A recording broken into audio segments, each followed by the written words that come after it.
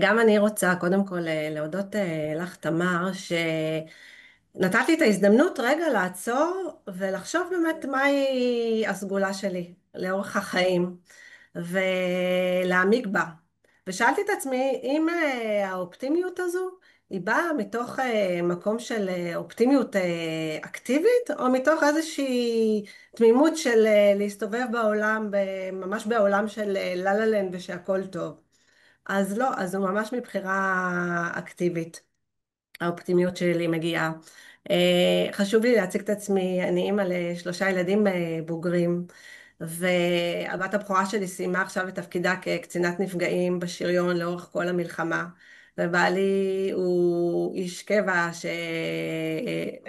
שלחם בכוחות הביטחון, לא כרגע, כרגע הוא היה במילואים, אבל לאורך השנים. ותמיד החזקתי שם את האופטימיות, וגם התבוננתי על הבת שלי כהמשך לדרך שלי. אמרתי, דאגתי לה כל כך במהלך המלחמה, איך היא מחזיקה את המקום הזה של קצינת נפגעים בשריון, ובכל זאת היא באה הביתה עם כל הקושי שהיה שם, והיא רואה את האור, והיא מביאה את האור לאחרים, והבנתי שזו ממש סגולה וחוזקה שאנחנו מעבירות אותה הלאה. אני לאחר, והיא ממשיכה דרך הילדים שלי, ומהדהדת דרך האנשים שנמצאים סביבי. אז אני ממש מאמינה שהכל קורה לטובתנו העליונה. כל מה שמגיע לפתחנו בא לפתח אותנו. וקורים לנו דברים בחיים, במיוחד בשנתיים האחרונות, אבל לאורך כל החיים מגיעים דברים, והשאלה איך אנחנו מתבוננים, ומה אנחנו בוחרים לעשות איתם. אין לנו יכולת שליטה באמת על מה שקורה, על מה שקורה מסביבנו, אבל יש לנו את היכולת לבחור איך אנחנו מתבוננים על הדברים האלה. ורציתי לשתף אתכם במשהו שלא קשור, לאו דווקא למלחמה. אני בזמן הקורונה ניהלתי עסק במשך 20 שנה בתחום של שחייה לתינוקות והידרותרפיה, טיפול במים. אלה היו החיים שלי, מים, מים, תינוקות, שמחה, שפע. וביום אחד סגרו לי את כל הבריכות עם 400 תינוקות, ואמרו, זהו, אסור להיכנס למים, ולא יודעים לומר בקורונה מתי נחזור בחזרה. הרגשתי שהכל מסביבי גועש, רועש, ואמרתי, עכשיו זו הבחירה שלי להחליט מה אני עושה עם הדרך הזו. נשמתי, צפתי, ואמרתי, מכאן זו הזדמנות חיי לשנות את הדברים. זה היה ממש פתח לבחירה שחיכתה לי במשך כל החיים. התחלתי לפתח את עצמי בתחום של האומנות. התואר הראשון שלי הוא באומנות ובחינוך מיוחד, והוא חיכה לי 20 שנה. אמרתי, זו ההזדמנות שלי, וכל התקופה הזו ממש למדתי, התפתחתי, פתחתי מעגלי נשים שמדברים על תודעה ועל אומנות ועל יצירה ועל רוח, ומשם גם באמונה גדולה שפשוט באה להזיז אותי למקום מדויק עבורי.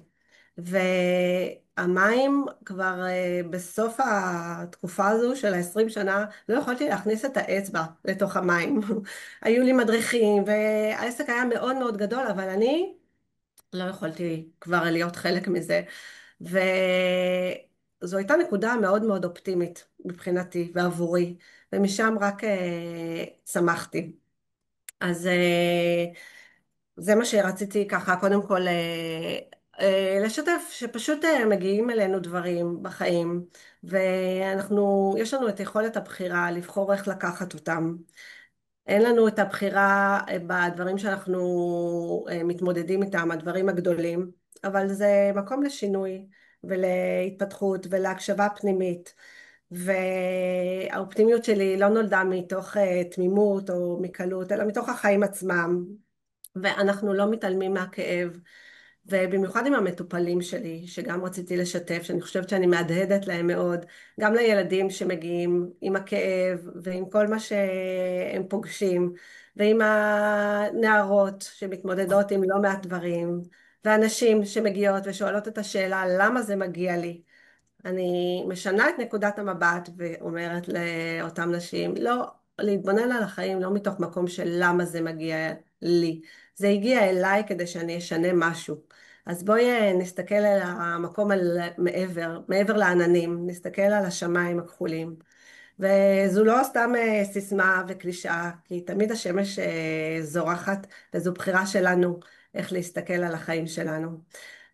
האופטימיות היא שריר, ממש שריר שצריך לאמן, וככל שנחווה יותר חוויות אופטימיות, ונאחז ונאמן את השריר הזה, החוויות הבאות שלנו, הם יגיעו מתוך המקום הזה, מתוך האמונה, מתוך האהבה, ובאמת מתוך המקום הזה של לראות את האור. וגם אני רוצה ככה לסיים באיזשהו משפט של אווה אגר, היא כתבה בספר שלה הבחירה. אי אפשר לבחור את מה שקרה לנו, אבל תמיד נוכל לבחור מה נעשה עם זה.